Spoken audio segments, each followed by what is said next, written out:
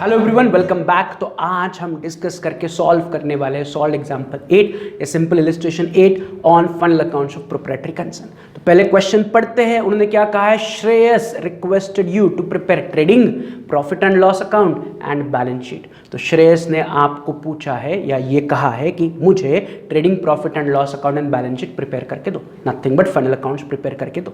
तो उसके लिए उसने फिर से आपको ट्रायल बैलेंस दिया और नीचे कुछ एडजस्टमेंट दिए। हमारा पहला काम क्या होगा कि श्रेयस के फाइनल अकाउंट्स को प्रिपेयर करने के लिए हम फॉर्मेट प्रिपेयर करेंगे। तो मैं फर्स्ट पेज पर ड्रॉ कर रहा हूं trading account and profit and loss account in the books of Shreyas. Date फिर से वही लिखी, for the year ended 31 March 2018। जो ट्रायल बैलेंस की डेट है वो मैंने कॉपी की। एंड फिर ऑन द सेकंड पेज में ड्रॉ कर रहा हूं balance sheet as on 31 March 2018। तो ये 2 पेज का मेरा फॉर्मेट एज यूजुअल मैंने बना लिया।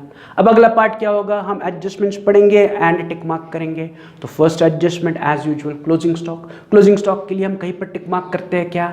Answer is no, so no need of a tick mark. फिर एडजस्टमेंट 2 में उन्होंने कहा है charge depreciation on loose tools at 10% and plant and machinery 15%। तो एक टिक मार्क दे दो लूज टूल्स पर, एक दे दो प्लांट एंड मशीनरी पर। तो लूज टूल्स पे एक tick mark, plant and machinery पर एक टिक मार्क। फिर एडजस्टमेंट 3 में उन्होंने कहा है prepaid insurance amounted to ₹500 and outstanding rent ₹400। तो यहाँ पर प्रीपेड इंश्योरेंस है एंड आउटस्टैंडिंग रेंट है, तो आपको एक टिक मार्क देना पड़ेगा इंश्योरेंस पर, एक टिक मार्क देना पड़ेगा रेंट पर। लेकिन अगर आप ट्रायल बैलेंस में देखोगे तो रेंट रेट्स एंड इंश्योरेंस नाम का एक ही आइटम है, मतलब रेंट एंड इंश्योरेंस उन्होंने एक ही साथ आपको लिख के दिया हुआ है। एंड एडजस्टमेंट में उन्होंने कहा है कि रेंट का कुछ अमाउंट आउटस्टैंडिंग है एंड इंश्योरेंस का कुछ अमाउंट प्रीपेड है। तो नथिंग बट मुझे इंश्योरेंस पर एंड रेंट पे टिक मार्क करना है। नथिंग बट मुझे रेंट एंड इंश्योरेंस जो एक ही आइटम में दिया है उन्होंने रेंट रेट्स एंड इंश्योरेंस, उसी पर 2 टिक मार्क करने पड़ेंगे। One for outstanding rent and second for prepaid insurance. तो मैं रेंट रेट्स एंड इंश्योरेंस पर 2 टिक मार्क दे रहा हूं for outstanding rent and prepaid insurance. That is nothing but adjustment 3। फिर एडजस्टमेंट 4 में उन्होंने कहा है charge interest on capital eight 5% and on drawing 7%। तो मुझे कैपिटल एंड ड्राइंग्स पर इंटरेस्ट चार्ज करना है। सिंपल सी एडजस्टमेंट है, इससे पहले हमने बहुत बार सॉल्व किया हुआ है, तो इसके लिए टिक मार्क नहीं करते हैं। Adjustment number 5, outstanding salary 650। Simple salary outstanding है तो put tick mark on salary, तो मैंने सैलरी पे एक टिक मार्क दे दिया। तो ये हमारी लास्ट एडजस्टमेंट थी, एडजस्टमेंट 5। तो एडजस्टमेंट 5 के हिसाब से हमने टिक मार्क कर लिया। तो we are done with all the tick mark. तो मैंने ट्रायल बैलेंस पर 1 to 5 जितनी भी एडजस्टमेंट थे उनके लिए टिक मार्क किया। सिर्फ मैंने interest on drawings and interest on capital के लिए कहीं पर टिक मार्क नहीं किया, क्योंकि वो डायरेक्टली हम कैपिटल में एडजस्ट करते हैं और कैपिटल हम हमेशा इनर कॉलम में ही रिकॉर्ड करते हैं जब पोस्टिंग करते हैं। तो हमारा टिक मार्क हो गया। अब अगला पार्ट क्या है, अब हम ट्रायल बैलेंस को बेस लेते हैं एंड सारे आइटम्स को हमारे फॉर्मेट में पोस्ट करते हैं। स्टार्टिंग विथ पहला आइटम ओपनिंग स्टॉक जाएगा ट्रेडिंग के डेबिट में 14,400। ओपनिंग स्टॉक के बाद अगला है डेटर, नथिंग बट मैं एसेट उठाओ, एसेट्स में लिखो डेटर 30,000। सिंपल। पहली बार ऐसा हुआ है कि डेटर्स पर कोई टिक मार्क नहीं है विदाउट एडजस्टमेंट डेटर्स, तो ठीक है। डेटर्स के बाद return inward, return inward is nothing but sales return, तो मैंने उसे उठा के सेल्स के नीचे लिखा minus sales return 1,650। Return inward, return आया, कौन सा गुड्स जो सेल किया था वो रिटर्न आया, तो उसे हम रिटर्न इनवर्ड कहते हैं या सिंपली सेल्स रिटर्न कहते हैं। रिटर्न इनवर्ड के बाद rent rates and insurance is my expenditure, उठाओ P&L के डेबिट में लिखो to rent rates and insurance. Inner column में 2,250, लीव 3 लाइन्स क्योंकि 2 टिक मार्क है तो उसके नीचे 3 लाइनें छोड़ दो। Next is productive wages, wages related to production जाएगा ट्रेडिंग के डेबिट में to productive wages 2,525। Productive wages के बाद discount given on the debit side तो जाएगा P&L के डेबिट में टू डिस्काउंट 390। अगर डिस्काउंट ट्रायल बैलेंस के क्रेडिट में होता तो P&L के क्रेडिट में जाएगा, डिस्काउंट अगर ट्रायल बैलेंस में डेबिट में है तो वो P&L के डेबिट में जाएगा। सिंपल। डिस्काउंट डेबिट है तो P&L डेबिट, डिस्काउंट क्रेडिट है तो P&L credit, as simple as that. Discount के बाद interest given on the debit side, मतलब ये भी मेरे लिए खर्चा है तो मैं उठा के P&L के डेबिट में लिख रहा हूं टू इंटरेस्ट 475। सेम वे अगर इंटरेस्ट क्रेडिट साइड में होता, ट्रायल बैलेंस के क्रेडिट में होता तो उसे हम P&L के क्रेडिट में लिखते हैं कि मुझे इंटरेस्ट मिला। ये डेबिट में है, इसका मतलब मैंने इंटरेस्ट पे किया, मेरे लिए लॉस है, खर्चा है, मैंने उठा के P&L के डेबिट में लिखा। नेक्स्ट इंटरेस्ट के बाद अगला आइटम है लॉस बाय फायर। अब लॉस बाय फायर नाम में ही है कि ये लॉस है, खर्चा है, एक्सपेंडिचर है। अगेन हम ट्रायल बैलेंस के डेबिट के आइटम्स पढ़ रहे हैं तो डेबिट के आइटम आइदर डिनोट एक्सपेंडिचर और एसेट। तो लॉस बाय फायर आपका प्रॉपर्टी है क्या, कि नुकसान हो गया आपकी वजह से, मेरी प्रॉपर्टी एस्टेट नहीं ना, तो ये प्रॉपर्टी नहीं है, एसेट नहीं है, मतलब ये क्या है, ये आपके लिए एक्सपेंडिचर है। क्लियरली नाम में कहा है लॉस बाय फायर, आग की वजह से नुकसान हुआ तो नुकसान है, एक्सपेंडिचर है। तो एक्सपेंडिचर हम कहाँ रिकॉर्ड करते हैं, हम एक्सपेंडिचर रिकॉर्ड करते हैं P&L के डेबिट में या फिर ट्रेडिंग के डेबिट में। अगर वो परचेस प्रोडक्शन से रिलेटेड है तो जो लॉस बाय फायर ये परचेस प्रोडक्शन से रिलेटेड है क्या, कि आग लगने की वजह से नुकसान हुआ तो इससे प्रोडक्शन पर कोई असर पड़ेगा क्या? आंसर इज नो, कि प्रोडक्ट को बनाने के लिए या फैक्ट्री चलाने के लिए या गुड्स को खरीदने के लिए ये नुकसान जरूरी है क्या? Answer is no. सो ये जो नुकसान है, ये जो खर्चा है, ये जो लॉस है is our expenditure, is our loss, but it is not related to purchase production और फैक्ट्री, मतलब वो डायरेक्ट खर्चा नहीं है, इसलिए मुझे उसे लिखना पड़ेगा P&L के डेबिट में as a indirect expenditure. Loss by fire में नुकसान है बट परचेस प्रोडक्शन से रिलेटेड नहीं है, तो उठाओ P&L के डेबिट में लिखो to loss by fire 1650, simple. Next is salary, as usual उठाओ P&L के डेबिट में पोस्ट करो टू सैलरीज 1850। सैलरीज के बाद अगला आइटम है परचेसेस, बट परचेसेस मिलने पर मुझे क्रॉस चेक करना पड़ेगा, is there any purchase return in the question. तो अगर आप क्रेडिट में देखोगे तो there is a purchase return of 750, तो मैं परचेस एंड परचेस रिटर्न को उठा के ट्रेडिंग के डेबिट में पोस्ट करूंगा। पहले लिखूंगा टू परचेसेस 24,350 एंड उससे माइनस करूंगा purchase return 750, so my net purchases outer column में आ रहा है 23,600। तो परचेस माइनस परचेस रिटर्न हो गया, तो मैंने परचेसेस जब दिखे तो परचेस रिटर्न है कि नहीं चेक किया एंड दोनों को मैंने ट्रेडिंग डेबिट में रिकॉर्ड कर दिया। तो we are done with purchases. Purchases के बाद अगला आइटम है ड्राइंग्स। तो ड्राइंग्स हम हमेशा क्या करते हैं, कैपिटल से सब्ट्रैक्ट करते हैं। तो लायबिलिटी में हमें कैपिटल दिख रहा है क्या? Answer is no. तो मैं अपनी तरफ से लिख रहा हूँ फर्स्ट लाइन पर कैपिटल एंड फिर उसके नीचे लिख रहा हूँ माइनस ड्राइंग्स, इनर कॉलम में 2500। कैपिटल माइनस ड्राइंग्स, हमेशा जोड़ी याद रखो। ड्राइंग्स के बाद कैरेज आउटवर्ड, सिंपल उठाओ P&L के डेबिट में लिखो to carriage outward 1275। Repeated item है कैरेज आउटवर्ड। कैरेज आउटवर्ड के बाद loose tool is our asset, उठाओ एसेट्स में लिखो इनर कॉलम 17500। लूज टूल्स के बाद plant and machinery, again asset, उठाओ एसेट्स में लिखो plant and machinery inner column 14,000, simple. Plant and machinery के बाद cash in hand is again asset, उठाओ एसेट्स में लिखो cash in hand 1250 and last item on the debit side is cash at bank is again my asset, उठाओ assets में लिखो cash at bank 7,500। तो debit में जो आइटम्स थे लॉस बाय फायर छोड़ के सारे आइटम रिपीटेड थे। अब चलते हैं ऑन द ट्रायल बैलेंस का क्रेडिट साइड। क्रेडिट का पहला item is creditor. Creditor is nothing but my liability, उठा के मैंने लायबिलिटी में लिख लिया क्रेडिटर्स 19,300। क्रेडिटर्स के बाद return outward is nothing but purchase return, जो ऑलरेडी हम परचेस से सब्ट्रैक्ट कर चुके हैं तो उसे इग्नोर करो। रिटर्न आउटवर्ड के बाद है सेल्स, तो सेल्स को उठाओ ट्रेडिंग के क्रेडिट में, first line by sales 20,000 minus sales return 1650, net sales बाहर आ रहे हैं 18,350। तो सेल्स माइनस सेल्स रिटर्न, ये जोड़ी याद रखो कि सेल्स दिखे मैंने उठा के ट्रेडिंग क्रेडिट में लिखे, ऑलरेडी सेल्स रिटर्न लिखा था तो नेट वैल्यू बाहर आई 18,350। तो सेल्स हो गया। सेल्स के बाद अगला आइटम है discount given on the credit side, तो जाएगा P&L के क्रेडिट में बाय डिस्काउंट 365। जो डेबिट वाला डिस्काउंट था वो P&L के डेबिट में चला गया, जो क्रेडिट वाला डिस्काउंट है वो P&L के क्रेडिट में चला गया। डिस्काउंट के बाद है कैपिटल, उठाओ लायबिलिटी में फर्स्ट लाइन पर लिखो capital 75,000 minus drawings 2,500, net capital नीचे बचा 72,500। कैपिटल के बाद आउटस्टैंडिंग इंटरेस्ट, आउटस्टैंडिंग इंटरेस्ट यानी कि नथिंग बट मुझे इंटरेस्ट देना बाकी है। इट इज वेरी क्लियरली वो कह रहे हैं आउटस्टैंडिंग इंटरेस्ट यानी कि इंटरेस्ट के पैसे देने बाकी है। हम क्रेडिट साइड पढ़ रहे हैं तो credit side either denote income या फिर लायबिलिटी। तो यहाँ पर हमें क्लियरली पता चल रहा है कि इंटरेस्ट आउटस्टैंडिंग है, आउटस्टैंडिंग का मतलब है देना बाकी है, तो it became my liability, it can not be income. अगर आउटस्टैंडिंग वर्ड पहले नहीं होता, सिर्फ इंटरेस्ट वर्ड होता, सिर्फ इंटरेस्ट है क्रेडिट में है तो उसे हम इनकम मान के P&L के क्रेडिट में लिखते हैं, बट इंटरेस्ट से पहले उन्होंने लिखा है आउटस्टैंडिंग कि इंटरेस्ट देना बाकी है, देना बाकी है मतलब इट इज माय लायबिलिटी। तो आउटस्टैंडिंग इंटरेस्ट को मैं उठाऊंगा एंड लायबिलिटी में लिखूंगा as outstanding interest ₹650। Simple, interest देना बाकी है became my liability. And last item on the credit side is loan. Loan is nothing but my liability, उठाओ लायबिलिटी में लिखो लोन ₹7,500। सिंपल। तो ये हमारा ट्रायल बैलेंस का क्रेडिट साइड भी पोस्टिंग हो गया। अब बस चलते हैं ऑन एडजस्टमेंट। जो एडजस्टमेंट 1 है as usual is closing stock. तो क्लोजिंग स्टॉक का double effect is always fixed, एक है ट्रेडिंग क्रेडिट, दूसरा है एसेट। तो क्लोजिंग स्टॉक 48,500 उठा रहा हूँ, ट्रेडिंग के क्रेडिट में लिख रहा हूँ बाय क्लोजिंग स्टॉक 48,500 एंड दूसरा एसेट्स में लिख रहा हूँ क्लोजिंग स्टॉक 48,500। सो क्लोजिंग स्टॉक का डबल इफेक्ट हो गया। फिर चलते हैं एडजस्टमेंट 2, जिसमें उन्होंने कहा है charge depreciation on loose tools 10% and plant and machinery 15%। तो इन दोनों को हमें डेप्रिसिएट करना है, लूज टूल्स को एंड प्लांट एंड मशीनरी को। तो सबसे पहले मैं लूज टूल्स पर डेप्रिसिएशन चार्ज करता हूँ। मेरे पास लूज टूल्स अवेलेबल है 17,500, जिस पर मुझे 10% डेप्रिसिएशन चार्ज करना है। तो 17,500 का 10% इज 1,750। तो मैं लूज टूल्स के नीचे लिख रहा हूँ माइनस डेप्रिसिएशन 1,750। तो नेट लूज टूल्स मेरे आउटर कॉलम में आ रहा है 15,750। सिंपल कैलकुलेशन, लूज टूल्स को मैंने 10% से डेप्रिसिएट किया। अब उसी प्रकार मैं प्लांट एंड मशीनरी को डेप्रिसिएट करूंगा 15% से।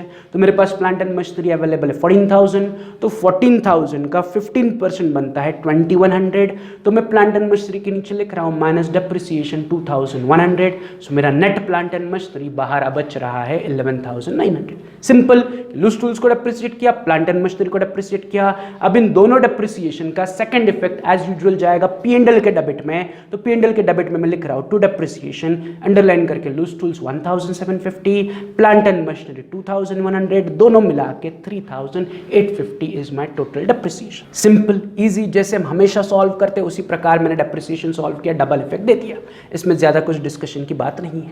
फिर चलते हैं adjustment 3, prepaid insurance amounted to ₹500 and outstanding rent ₹400। तो एडजस्टमेंट 3 में भी दो हिस्से हैं, एक है प्रीपेड इंश्योरेंस 500 रुपया, दूसरा है आउटस्टैंडिंग रेंट 400 रुपया। अब ये जो रेंट एंड इंश्योरेंस है ये एक साथ एक ही आइटम में P&L के डेबिट में दिख रहा है, to rent rates and insurance. तो पहले मैं क्या करूंगा, इंश्योरेंस का डबल इफेक्ट दूंगा, फिर मैं रेंट का डबल इफेक्ट दूंगा। तो इंश्योरेंस इज व्हाट, प्रीपेड।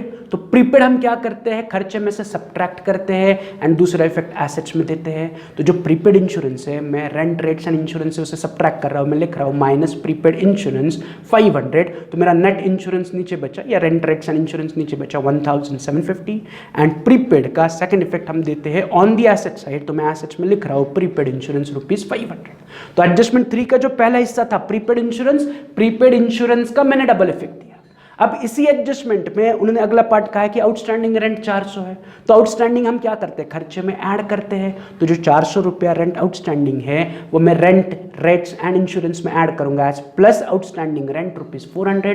सो मेरी टोटल फाइनल वैल्यू बाहर बच रही है of rent rates and insurance 2,150 and outstanding यानी कि रेंट देना बाकी है। तो इसका सेकंड इफेक्ट आएगा ऑन द लायबिलिटी साइड, मैं लिखूंगा आउटस्टैंडिंग रेंट ₹400। तो ये आउटस्टैंडिंग रेंट का डबल इफेक्ट हुआ, एक मैंने उसे रेंट में ऐड किया, दूसरा मैंने लायबिलिटी में रिकॉर्ड किया। तो प्रीपेड इंश्योरेंस का डबल इफेक्ट हुआ, आउटस्टैंडिंग रेंट का डबल इफेक्ट हुआ। So we are done with adjustment 3।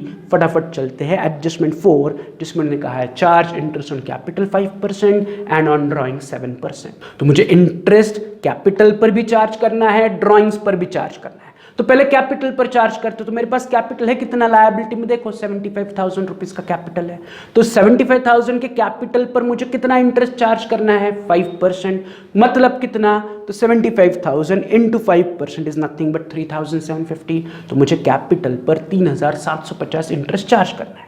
अब इंटरेस्ट ऑन कैपिटल का डबल इफेक्ट फिर से वही जो हमने लास्ट एग्जांपल में डिस्कस किया था कि इंटरेस्ट ऑन कैपिटल में ऐड होगा and being interest on capital business का नुकसान है, सेकंड इफेक्ट P&L के डेबिट में जाएगा। तो सिंपल उसी प्रकार में डबल इफेक्ट दूंगा कि 3,750 इंटरेस्ट ऑन कैपिटल उठा के मैं पहले कैपिटल में ऐड कर रहा हूं plus interest on capital 3,750। So my total amount of capital नीचे आ रहा है 76,250।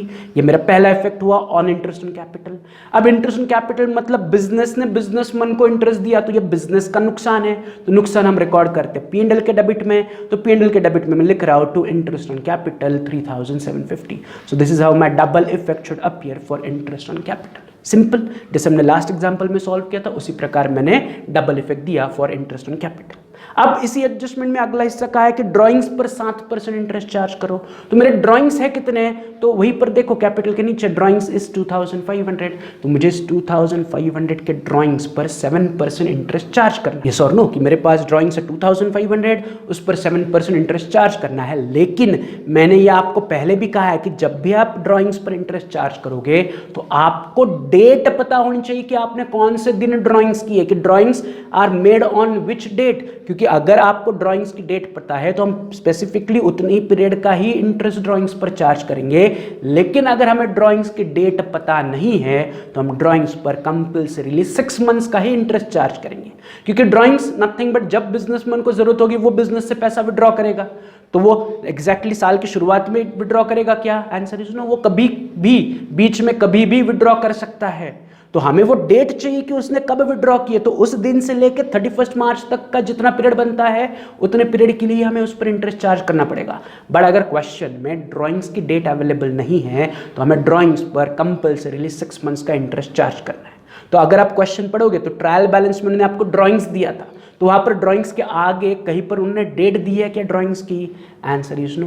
सो in absence of date of drawings हमें ड्राइंग्स पर 6 मंथ्स का इंटरेस्ट चार्ज करना है। तो मेरे ड्राइंग्स है 2500, उस पर 7% इंटरेस्ट चार्ज करना है, but for a period of 6%। ये दिमाग में डाल दो कि ड्राइंग्स पर जब भी आप इंटरेस्ट कैलकुलेट करोगे तो आपको ड्राइंग्स पर 6 महीने का इंटरेस्ट चार्ज करना है, अगर आपके पास exact date of drawings available नहीं है। तो अगर आपके पास ड्राइंग्स की एग्जैक्ट डेट अवेलेबल है तो कैलकुलेट द पीरियड और उतने महीने का इंटरेस्ट चार्ज करो, बट अगर एग्जैक्ट डेट पता नहीं है तो 6 महीने के लिए चार्ज करो। तो मेरे पास ड्राइंग्स है 2500, rate of interest on drawings is 7%। Again यहां पर ड्राइंग्स की डेट पता नहीं है तो मैं क्या करूंगा? 6 मंथ्स का इंटरेस्ट चार्ज करूंगा। तो मुझे 2500 पर 7% से 6 मंथ्स का इंटरेस्ट चार्ज करना है, तो इसका कैलकुलेशन होगा drawings 2500 into rate of interest 7% into a period of 6 months, क्योंकि यहाँ पर डेट ऑफ ड्राइंग मिसिंग है। तो 2500 पर 7% से 6 महीने का इंटरेस्ट बनता है ₹87.5, कि मुझे ड्राइंग्स पर 87.5 रुपीज़ इंटरेस्ट चार्ज करना है। तो ये तो मुझे अमाउंट मिली ड्राइंग्स के इंटरेस्ट की, या इंटरेस्ट ऑन ड्राइंग्स की अमाउंट मिली। अब मुझे इसका डबल इफेक्ट देना है, 87.5 को मुझे रिकॉर्ड करना है, बट जब हम अकाउंटिंग में रिकॉर्ड करेंगे तो उसे राउंड अप करके रिकॉर्ड करेंगे। 87.5 को हम 88 रुपीज़ कहेंगे, 87.5 को हम क्या कहेंगे? 88 रुपीज़, राउंड फिगर। 87.5 की जगह 88 रुपीज़ रिकॉर्ड करना है। अब इंटरेस्ट ऑन ड्राइंग्स का डबल इफेक्ट क्या होगा? तो जैसे मैंने इससे पहले कहा था कि इंटरेस्ट ऑन कैपिटल का जो इफेक्ट है उसका उल्टा, इंटरेस्ट ऑन कैपिटल ऐड हुआ तो इंटरेस्ट ऑन ड्राइंग सब्ट्रैक्ट होगा। Interest on capital second effect PNL के डेबिट में चला गया तो इंटरेस्ट ऑन ड्राइंग का सेकंड इफेक्ट पीएनएल के क्रेडिट में जाएगा। The logic is very simple कि यहां पर बिजनेसमैन से इंटरेस्ट वसूल रहा है, कि बिजनेसमैन से इंटरेस्ट वसूल कर रहा है, तो ये बिजनेसमैन का नुकसान है, इसलिए ये उसके कैपिटल से सब्ट्रैक्ट होगा। And on the other hand ये बिजनेस का फायदा है, इसलिए फायदा पीएनएल के क्रेडिट में जाएगा। As simple as that. तो interest on drawings 87.5 nothing but 88 rupees में उठाऊंगा, कैपिटल से सब्ट्रैक्ट करूंगा, मैं लिख रहा हूं minus interest on drawing 88 rupees. So मेरा नेट कैपिटल नीचे बच रहा है 76,162। ये मेरा पहला इफेक्ट हुआ on interest on drawing. And interest on drawing business का फायदा है, प्रॉफिट है, गेन है, तो मैं इंटरेस्ट ऑन ड्राइंग का सेकंड इफेक्ट दूंगा पीएनएल के क्रेडिट में। मैं लिख रहा हूं bye interest on drawing 88 rupees. 87.5 को मैंने राउंड फिगर 88 रुपीज़ लिया। Is this clear? तो ये मेरा इंटरेस्ट ऑन ड्राइंग्स का डबल इफेक्ट हुआ। तो एज पर एडजस्टमेंट 4 हमने पहले इंटरेस्ट ऑन कैपिटल का डबल इफेक्ट दिया, फिर इंटरेस्ट ऑन ड्राइंग्स का डबल इफेक्ट दिया। तो we are done with adjustment 4। अब लास्ट एडजस्टमेंट सिंपल एडजस्टमेंट है, आउटस्टैंडिंग सैलरी 650 की सैलरी 650 आउटस्टैंडिंग है। तो पहला इफेक्ट ऑफ सैलरी आउटस्टैंडिंग में सैलरी में ऐड करूंगा प्लस आउटस्टैंडिंग ₹650। सो मैं टोटल सैलरी आउटर कॉलम में आ रहा है 2500। सिंपल, आउटस्टैंडिंग सैलरी में ऐड हो गया फर्स्ट इफेक्ट। एंड आउटस्टैंडिंग यानी कि सैलरी देना बाकी है, तो देना बाकी इज माय लायबिलिटी। तो सेकंड इफेक्ट में लायबिलिटी में लिखूंगा एज आउटस्टैंडिंग सैलरी ₹650। तो ये भी सिंपल एडजस्टमेंट थी, आउटस्टैंडिंग सैलरी में ऐड किया एंड सेकंड इफेक्ट लायबिलिटी में दे दिया। तो we are done with adjustment 5। इसी के साथ साथ हमारे सारे एडजस्टमेंट कंप्लीट हुए। अब बस हमें एक एक करके बुक्स ऑफ अकाउंट्स को क्लोज करना है। पहले आप क्लोज करो, टैली करो बैलेंस शीट, और फिर वीडियो का अगला पार्ट प्ले करो। राइट, चलो। तो अगर आपकी बैलेंस शीट टैली हुई है तो चेक करो आपका आंसर और मेरा आंसर सेम है या नहीं। मैं स्टार्ट कर रहा हूं बाय क्लोजिंग ट्रेडिंग अकाउंट। तो मैं अगर ट्रेडिंग अकाउंट को क्लोज करता हूं तो मुझे ग्रॉस प्रॉफिट मिल रहा है 26,325। ग्रॉस प्रॉफिट कितना मिल रहा है? 26,325, जिसे मैंने कहा gross profit carried down. Immediately उसको उठा के मैं पीएनएल के क्रेडिट में लेके आ रहा हूं by gross profit brought down 26,325। तो ट्रेडिंग अकाउंट क्लोज किया, ग्रॉस प्रॉफिट कैलकुलेट किया, उसे पीएनएल में ट्रांसफर किया। अब मैं फटाफट क्या करूंगा? पीएनएल अकाउंट को बैलेंस करूंगा। तो पीएनएल अकाउंट को बैलेंस करने पर मुझे नेट प्रॉफिट मिल रहा है 10,738। राइट। फिर से P&L अकाउंट का क्रेडिट साइड बड़ा है, डेबिट साइड के आइटम्स की टोटल छोटी है, तो बैलेंसिंग फिगर को मैं कहूँगा नेट प्रॉफिट। एंड इस नेट प्रॉफिट को उठा के हम हमारे कैपिटल में ऐड करेंगे प्लस नेट प्रॉफिट 10,738। सो मैं final amount of capital outer column में आएगा 86,900। So final amount of capital is 86,900। So we are done till capital का फाइनल कैलकुलेशन कि पहले मैंने ट्रेडिंग अकाउंट क्लोज किया, ग्रॉस प्रॉफिट कैलकुलेट किया, P&L में ट्रांसफर किया, फिर नेट प्रॉफिट कैलकुलेट किया, उसे कैपिटल में ऐड किया, एंड अब कैपिटल की टोटल आउटर कॉलम में आ गई। अब बस हमें बैलेंस शीट को टैली करना है। तो बैलेंस शीट को टैली करने के लिए मैं दोनों तरफ लाइंस ड्रॉ कर रहा हूं। फिर से अगर आप एसेट्स की टोटल करोगे, लायबिलिटीज की टोटल करोगे, तो दोनों total has to be equal, that is your balance sheet should get tally. तो यहां पर बैलेंस शीट टैली हो रही है क्या? आंसर इज यस, हमारी बैलेंस शीट टैली हो रही है for 1,15,400 on both the side. तो मेरी बैलेंस शीट टैली हुई। इसी के साथ हमारा इलस्ट्रेशन एग्जाम्पल 8 कंप्लीट हुआ, या सिंपली सॉल्व एग्जाम्पल 8 कंप्लीट हुआ। इसे चाहिए तो फिर से रिवाइज करें, इसमें ज्यादा कुछ डिफिकल्ट नहीं था, वॉज वेरी इजी, राइट। तो बस इसे एक दो बार और प्रैक्टिस करो खुद से, राइट। इन नेक्स्ट लेक्चर हम सॉल्व करने वाले हैं इलस्ट्रेशन नंबर 9 या सॉल्व एग्जाम्पल 9। उसे पढ़ के उसका फॉर्मेट रेडी करके रखो, स्टार्ट टू एंड। आप जितना खुद से सॉल्व कर सकते हो उतना सॉल्व करके रखो, कल आने के बाद हम उसे डिस्कस करके टैली करते हैं, राइट। चलो तो मिलते हैं इन नेक्स्ट लेक्चर, तब तक have a good day, see you, bye.